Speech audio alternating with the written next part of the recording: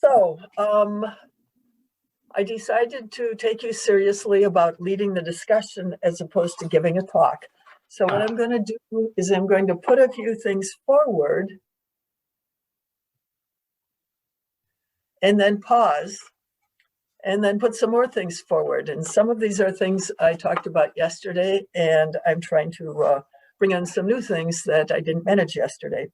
So the topic is refuge, and it's really interesting how this has made me think. So today I'm going to start with a quotation from Carlo Levi, who says, "Men incapable of liberty, who cannot stand the terror of the sacred that manifests itself before their open eyes, must turn to mystery." Now, you might recognize that I talked about this a little yesterday, but I'm going to go back to the classic refuge. In Buddhism, we take refuge in Buddha, Dharma, and Sangha. To do this means admitting that we're refugees. And the first time that was pointed out to me, I went, oh, but it's really important to recognize ourselves as refugees. Some of our ancestors came to this continent as refugees, more of them probably for other reasons. But we think of refugees as somebody else, somewhere else, probably with a different skin color, probably in economic trouble. And these days, we're slightly aware that we could be made refugees by floods, by fires, by cold. People are dying in Texas.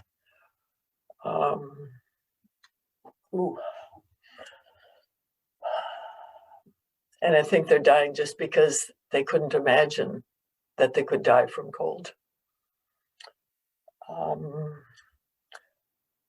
But I think the Buddhist taking refuge is about taking refuge from our own minds.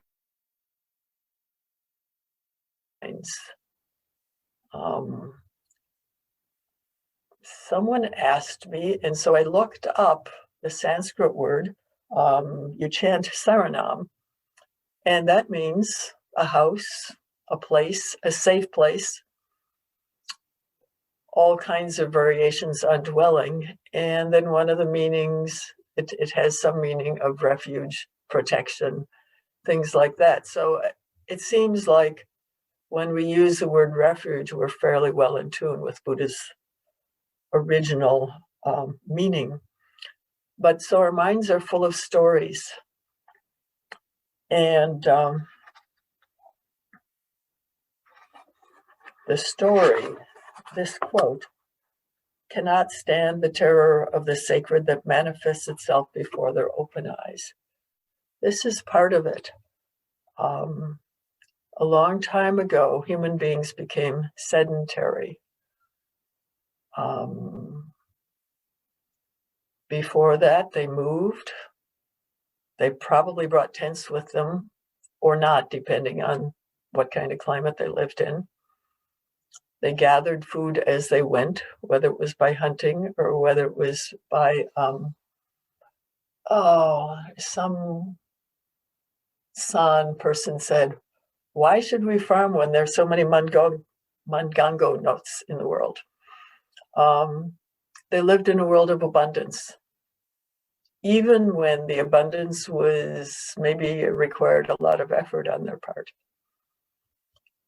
And as far as we can tell, they didn't seek the sacred somewhere else. It was in front of them. But we don't live that way anymore. I've lived on the road for 3 months. It was strenuous, it was hard, and we had an awful lot of things to make it easy. Cook stoves, vehicles. And so I have only the faintest hint of what it's like.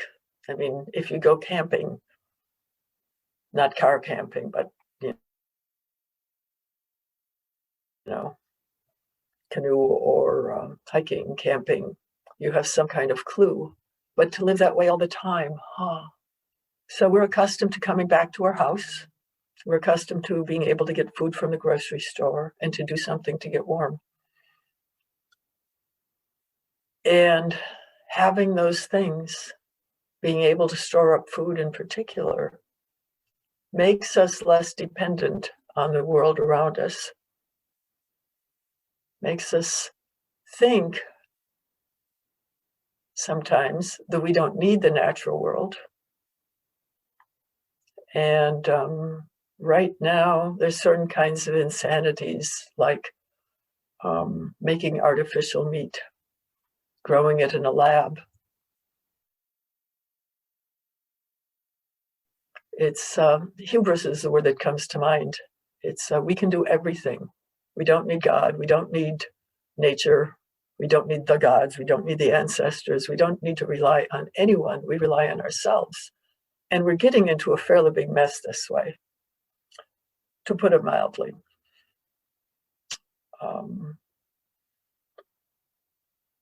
So reading, well, let me pause there. That's an initial offering. And so let me stop and find out if people recognize this, or if it's fine to disagree with it too. It's not like authorized truth or something.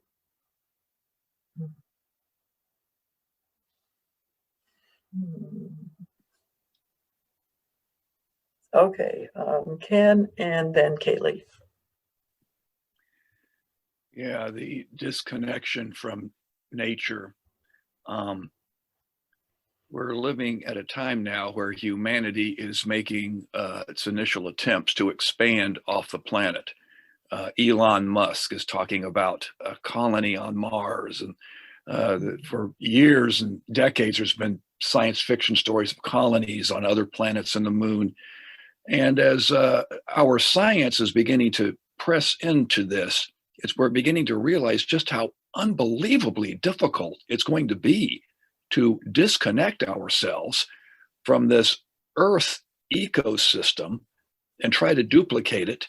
Even the International Space Station, none of this stuff is independent. They have to have a constant supply chain going up to them.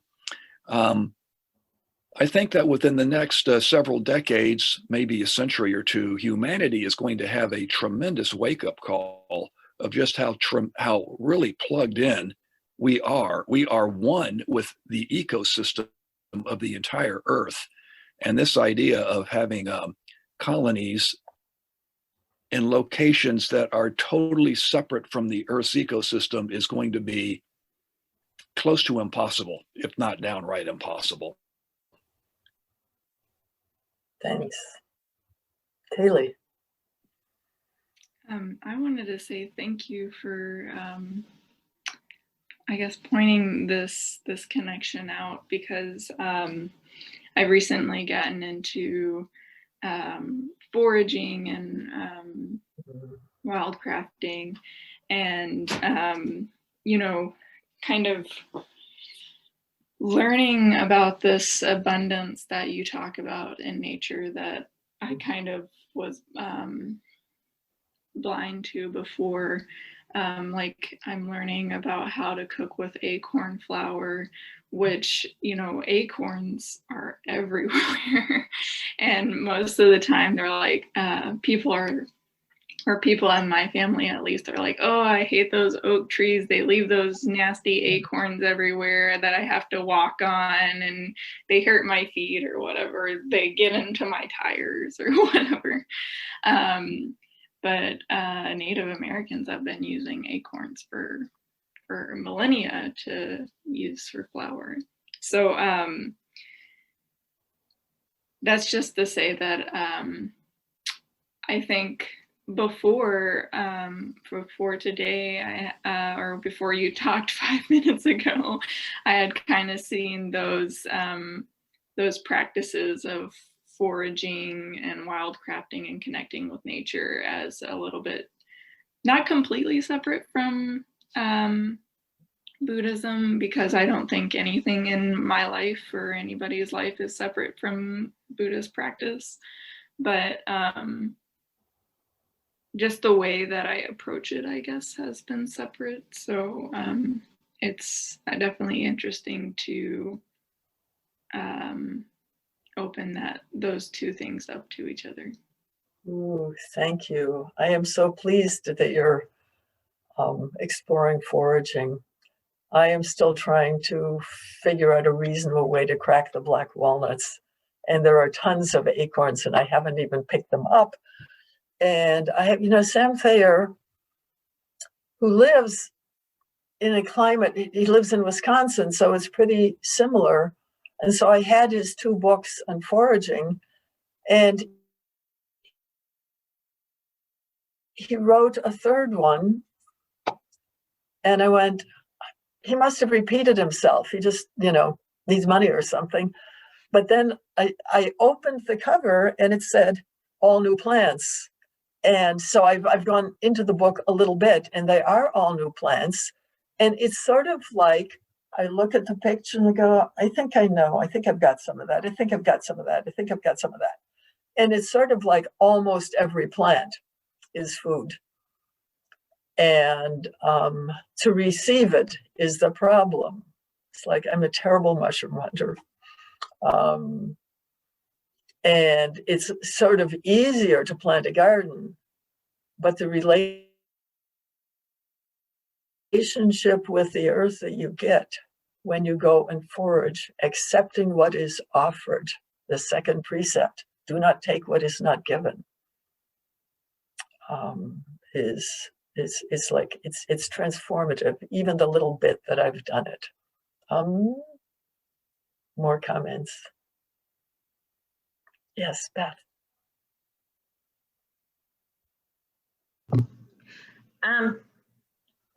You've hit on, I don't know, one of the main themes of my life. I grew up as this kind of crazy kid who dreamed of finding some hunter-gatherer society to run off and join. And it was in early adulthood, just, a very traumatic transformation, realization. I just came to accept that wasn't going to happen. I felt that, it was a situation that you just, as humanity, just could not go back once it had opened the Pandora's box of agriculture, that as a whole, our world, humanity, the big community could not go back there. And it took me a while to just kind of come to terms with that. And with the oncoming climate change, it's like I'll spin into times of just, feeling like we're all Cassandras, the people who notice and care, that we're screaming out, danger, huge danger, and no one is listening, nobody's comprehending. That's the curse of Cassandra. She could see the future clear as day. And but no one could accept what she said.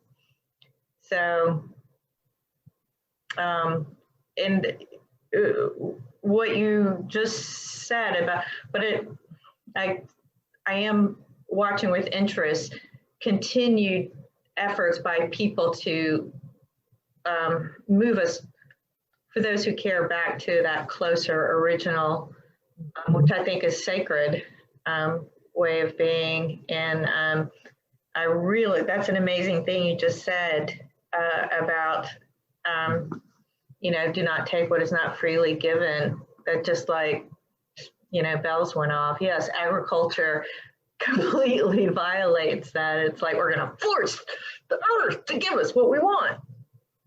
in animals and all that. Anyways, I just had to say. Yeah, thank you. Yeah, there's it's like permaculture in its attempt to go back that way, but there's a lot farther to go. And I've recently been reading some things, and in fact, the last Sam Thayer book, he talks about not taking what's not given, but there are, I don't know, there are some kind of plants where the whole is benefited if you dig up some of the roots and thin them. And so it's like fruitarian is the original only what's given, and so you'll never have potatoes. But apparently, if you understand more deeply, maybe you can. And so there's a whole, it's like if I did not have other obligations, I would just go full time. It's like I think I could live off of this land, at least if I included the rabbits and the squirrels. But it's like it's a whole learning. Yeah, Ewell Gibbons is the one who made it famous. Sam Thayer is the one who never tells you about something unless he ate it himself. So one of the things he does is correct a few mistakes, which apparently people write plant books and copy each other without ever doing the work, which I don't think applies to Ewell Gibbons, but anyway. Yeah, it's a thing now, and there are mistakes, and okay, so now I have a poem. This is from Aaron Paquette. Shodo? Yes. Simon, Anand had his hands up a little while Oh, ago. I'm sorry. Please, Anand. Thank you. No problem. I just came something to my mind as people were discussing along these lines. I know, I think only thing I wanted to mention is the way the world is moving, our culture. I totally agree that we are going away from the nature.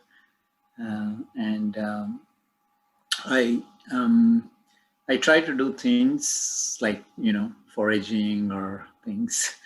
The people around me or the society, they think I'm going backward. So maybe sometimes people see that as a craziness. That is something bothers me. Like, when I guess it's, I don't know, it's how to make people aware or to make them understand the problem. But as I think that's something people will learn someday, as Ken was mentioning, where people are thinking to build colonies on the other planets and things like that. But maybe some rich guys can go there and, but I think the big humanity, I think will realize, hope they will realize and understand the connection to the nature. That's the hope. That's what I wanted to mention. Thank you. Yeah, thank you. And I think it's really important to surround ourselves with people who have the same sense of things, to not that you cut yourself off from people who disagree, but that you get nourished by hopefully human beings living near you.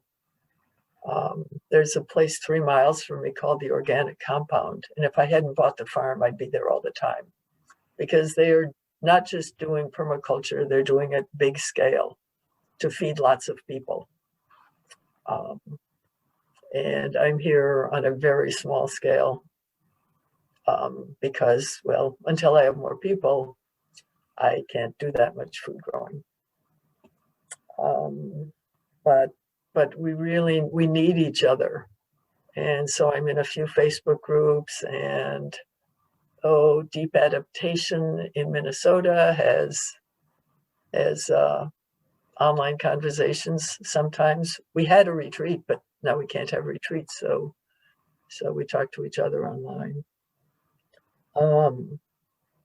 Okay, Aaron Paquette.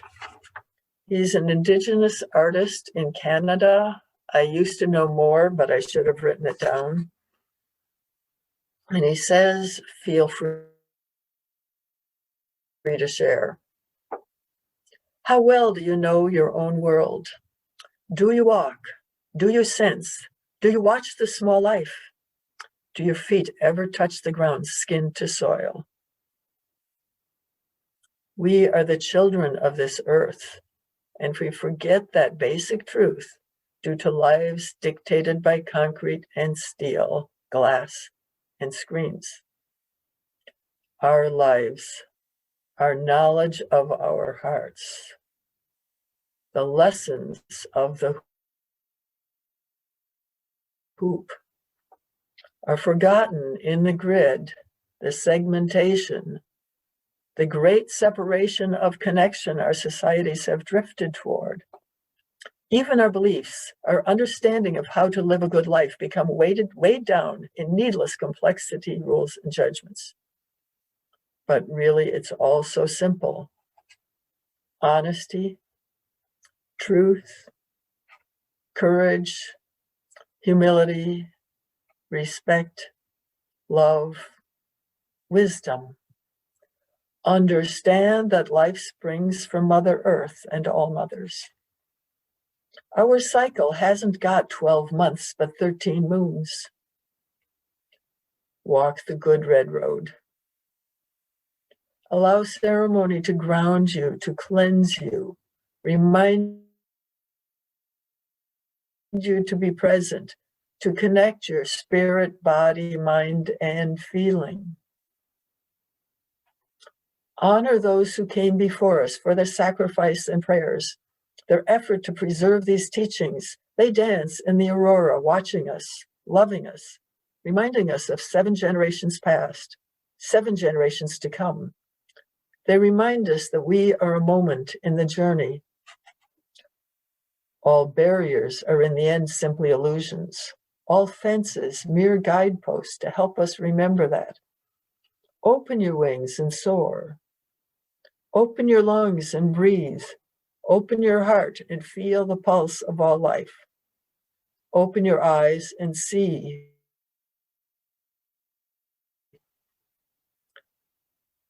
Open your arms and embrace the moment no matter what it is. Pain, joy, excitement, wonder, there is a teaching. Educate yourself. Share your knowledge with others.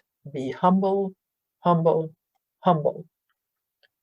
What you know, others have known.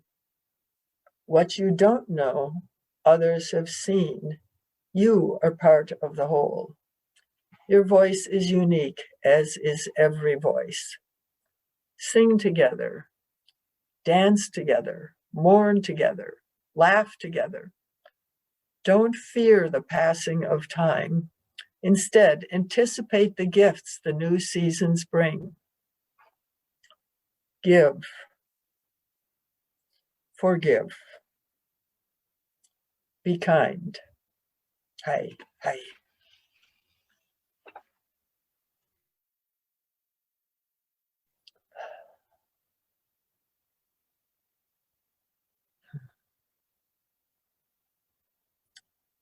So, a vision. So, when I think refuge, I think, oh, live like that. That's a way to live. His imagery is from his own people, the good red road and the ceremonies. And when we find our ceremonies, which may not be the same for different people, but when we come together, people have always lived together. People have always lived in tribes, in bands, in clans. That interesting reading that I said woke me up early in the morning was Rebecca Solnit writing about communities and about the fear. And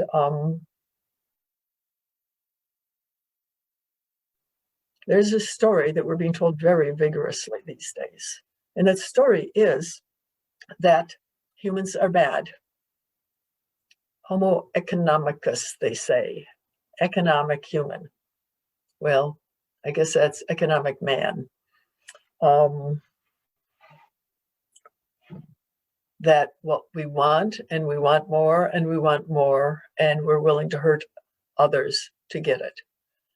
And if you look around you, it looks like that. And so one of the things Solnit does is study human beings. And this other story.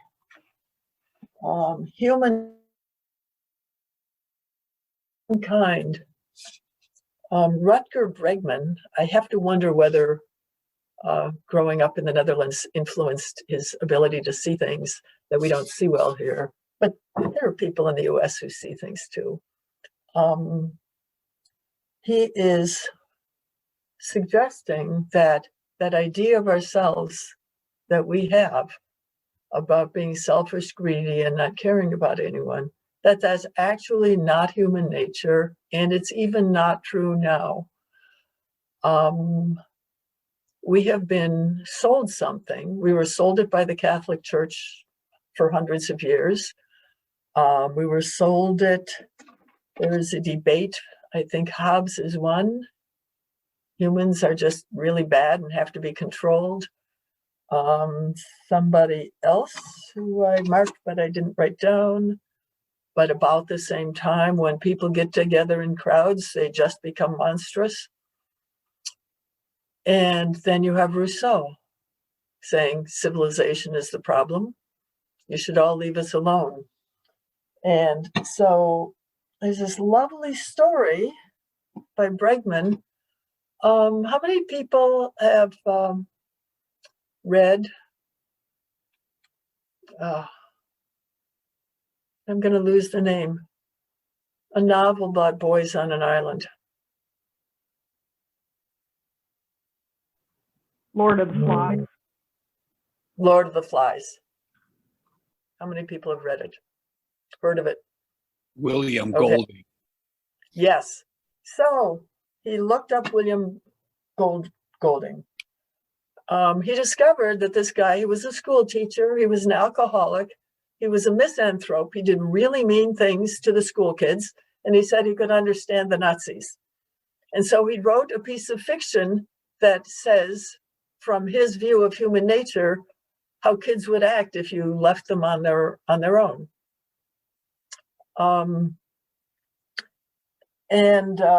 Bregman was trying to say, and this, I mean, my gosh, that's our view of what kids will do if you leave them alone now, right? So Bregman, he kept coming up with stories, as Solnit comes up with stories of people behaving differently. And everybody said, well, yeah, but it wasn't desperate. It wasn't desperate. And finally, he stumbled across a story of 6 boys who were shipwrecked on a desert island for 15 months. And it took him, it was 50 years earlier, and it took him years to track them down. It happened in 1967, or they were found in 1967. They were students at a Catholic residential school somewhere around Australia. I'm a little vague. And they were really, really bored. And they decided that they were going to take a trip and go away to Borneo, I think it was. And all the kids knew, but what they didn't know is they were really going to do it. So they swiped a boat from the guy they liked least and set off with minimal food and water. And they were sailing away, and then they all fell asleep. Everything went down the tubes. They drifted for 8 days, and then they found this little island, which is considered uninhabitable.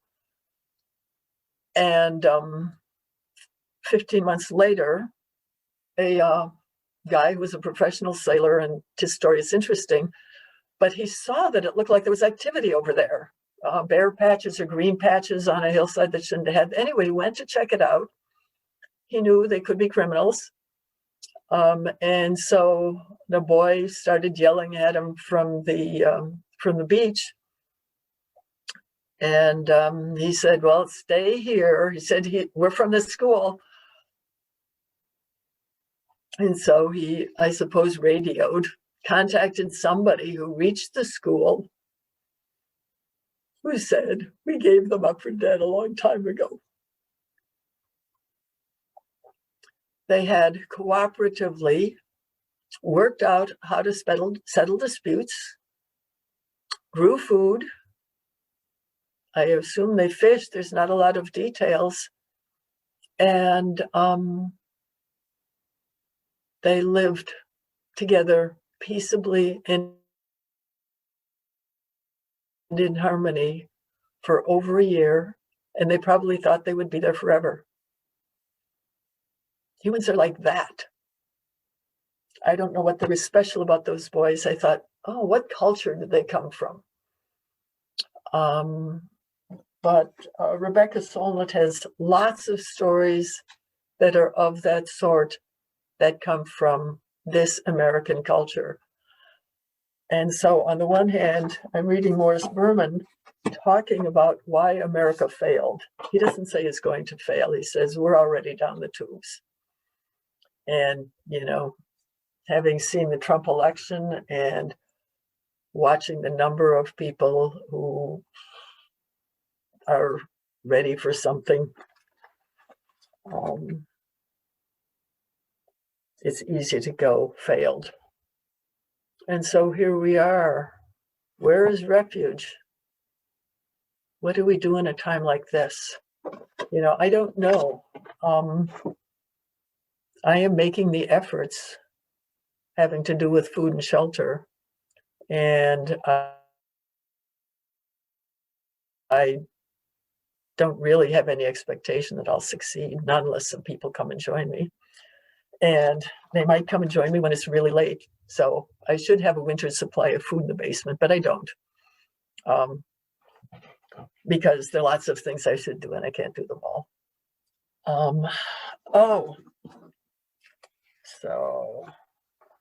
Okay. Shantideva. So looking for other kinds of refuge.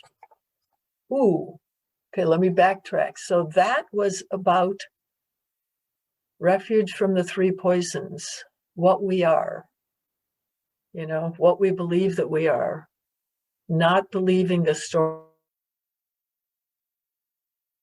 that are told to us about who we are. In the environmental movement, I know so many people who trash other humans, and I know so many people who act in ways for which you can justifiably trash them. And we don't usually talk to each other. So I think Shantideva has an answer of sorts. This poem is titled The Bodhisattva Path. He says, may I be the doctor and the medicine, and may I be the nurse for all sick beings in the world until everyone is healed. May a rain of food and drink descend to clear away the pain of thirst and hunger. And during the eon of famine, may I myself change into food and drink. May I become an inexhaustible treasure for those who are poor and destitute. May I turn into all things they could need, and may these be placed close beside them. Without any sense of loss or attachment, I shall give up my body and enjoyments, as well as all my virtues of the three times, for the sake of benefiting all. But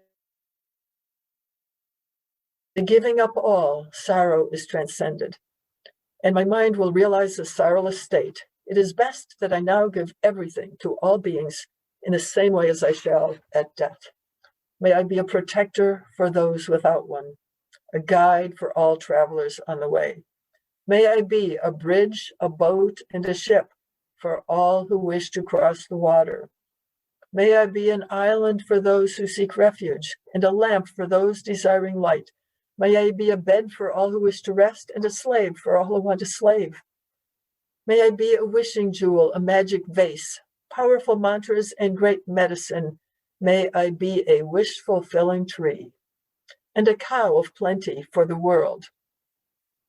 Just like space and the great elements such as earth, may I always support the life of all the boundless creatures.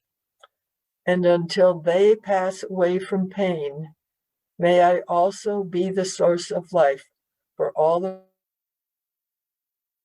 realms of varied beings that reach unto the ends of space.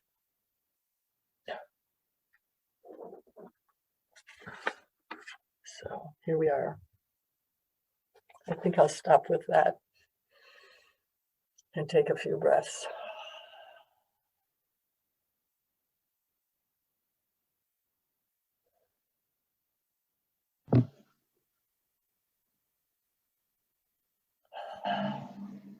And when somebody's ready, just please speak.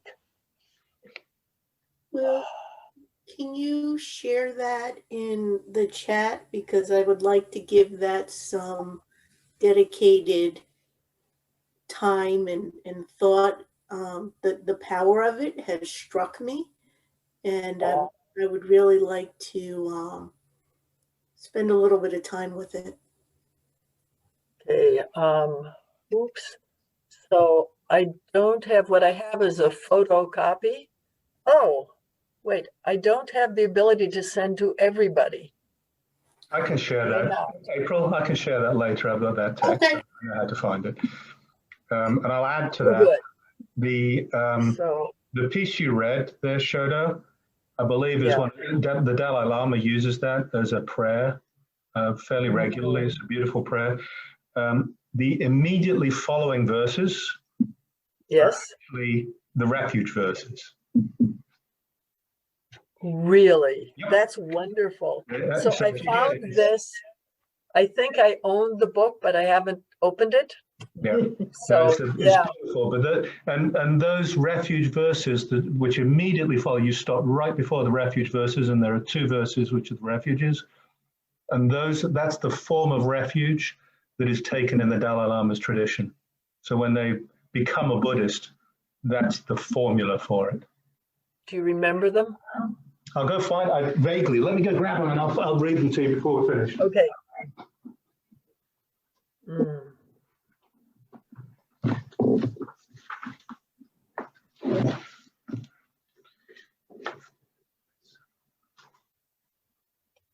Where would it be?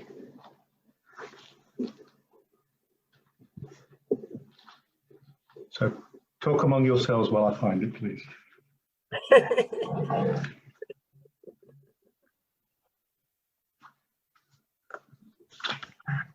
I think the idea that everyone is good is, I've heard that the Dalai Lama, when he was talking with a bunch of psychologists, said, "What is this self-loathing?" or something like that, because he said, "Everybody is Buddha. How could you think you were a bad person if everyone is Buddha?" And I love that way of thinking of that even the most people that I categorize as evil or harmful have that Buddha nature inside of them. And so bringing that out has been my goal in life. Yeah. I heard that it took them 45 minutes to explain the concept low self-esteem, which has to be the same conversation you're talking about. What? Okay.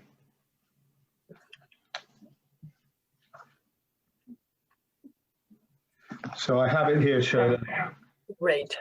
So it's a slightly different translation. This is the, anyway, it doesn't matter. This is, may I be the wish, so this is the last verse you read. May I be the wishing jewel, the vase of wealth, a word of power, and the supreme healing. May I be the tree of miracles for every being, for the abundant cow.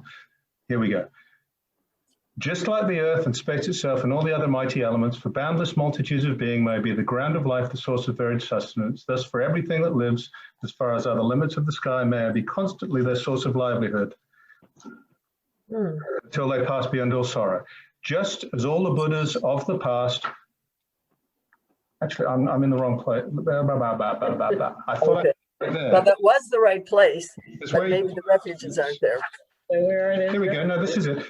Just as all the Buddhas of the past have brought forth the awakened mind, and in the precepts of the Bodhisattva, step by step abode and trained, likewise for the benefit of beings, I will bring to birth the awakened mind, and in those precepts, step by step, I will abide and train myself.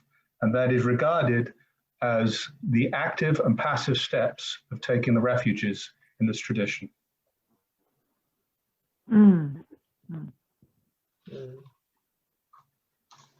Okay. Thank you.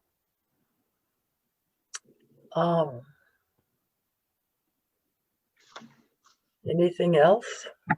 Anyone else? Oh, Sally. Yeah. Yeah, I was just wondering if you would share the Rebecca Solnit book. I think that you were talking about the title of that. I've read her wonderful book on walking, and I just started, she's got a whole book on walking, which is great. And then I started the Far Away Nearby, but I don't think this sounds like it's from that. So if you could share. No, this is called A Paradise Built in Hell. She always has the best And titles. She's good at titles, yeah. And what's interesting is, well, apparently what made her famous was writing about mansplaining. And that was brilliant. And then I got tired of her always talking about that. But there's also, she's got a book with hope in the title. It's also quite lovely. But this, I was moved. Well, so I was reading Morris Berman being like really about the future of America and the world. He moved to Mexico so he could live where people were decent. Basically what it comes down to. Yeah. And so then I had to read some Antidote. And so I picked up those two books.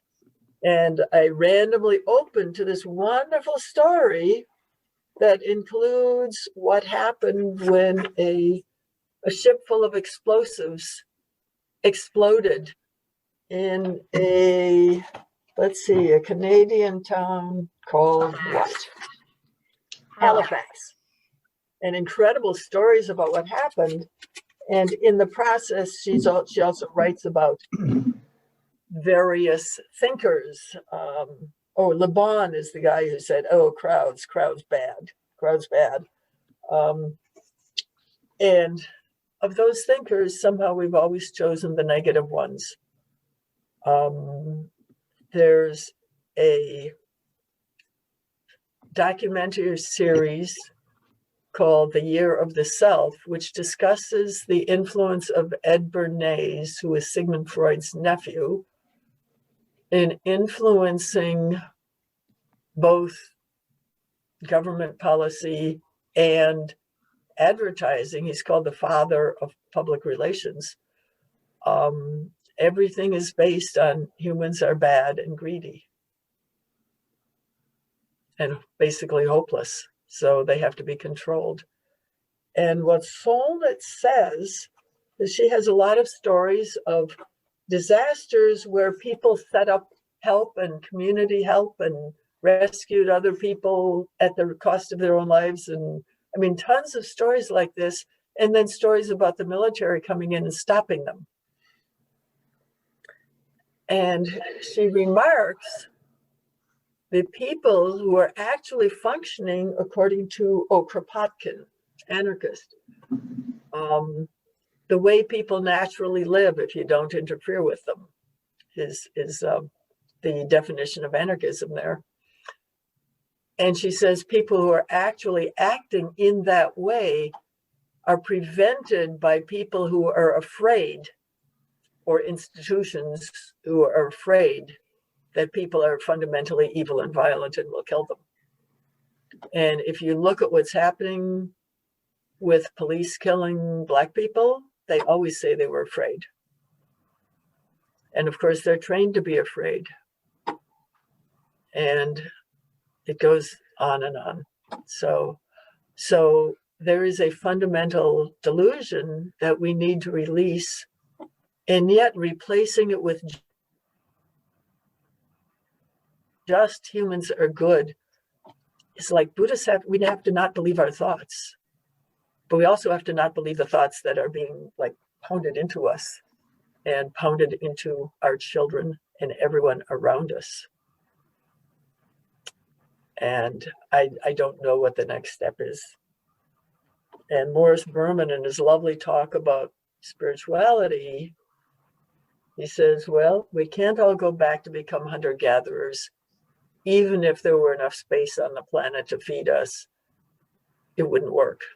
And so he makes a few attempts at what we might do, but he's basically not optimistic. And of course, not being optimistic means you're not allowed a voice in public society, but then people hide out in enclaves and share pessimism and discouragement because you need not to feel crazy, you know, and I'm in some of those places too. Gareth. Two thoughts. One, and you just said the crazy thing, and it goes back to something Anand said a while ago about, you know, you behave in these ways and all your friends think you're crazy. I think we need to be crazy. The group of Sufis I hang out with on a Friday night, we talk about this. We need to be crazy, and we need to be okay being crazy, and so we get to hang out with other crazy people, because what we are doing, it is countercultural. So it is seen as crazy, and that's okay. That's okay. We just need to that's okay. The difference, okay, you're frozen. The difference between mental illness, I have seen mental illness, and it's not good. Right. And that craziness, the you know, crazy wisdom, or the Sufis are quite wild, or just plain a different culture. Going against this culture used to get people put in prison. It's harder to do that now. Or they used to lock them up in mental hospitals just for being different. Yeah. Now it's prisons and well, all kinds of things. But the idea of going and foraging and these kind of things, it makes you feel crazy, and that's okay, because we're all crazy in that regard.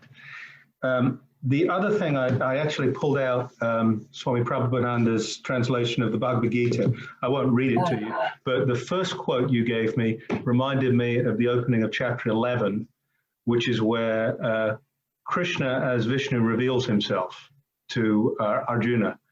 And Arjuna says, show me your real self, and he does. And it's this multi-mouthed, multi-eyed, this utterly incomprehensible, staggering being. And Arjuna just collapses on the ground and prostrates. The point being, it is reality, awesome, majestic, incomprehensible, and utterly mind-blowing. And it is not possible for our human minds to grasp it. Right, yeah. So there's the other side of this compassion piece. It's the utter incomprehensibility and the majesty of what we're dealing with. Yeah, and majesty, it's like terrifying. Oh, right. Yeah. Which is the quote I began, but it's like, yeah, and true intimacy is terrifying. Yeah. There's all kinds of things that are terrifying, and partly they're terrifying because we only know how to live in a certain way, which is called civilized and controlled. And I don't know if they're terrifying to a person who's learned to live in a different way, because I've not been that person. They might be anyway, you know.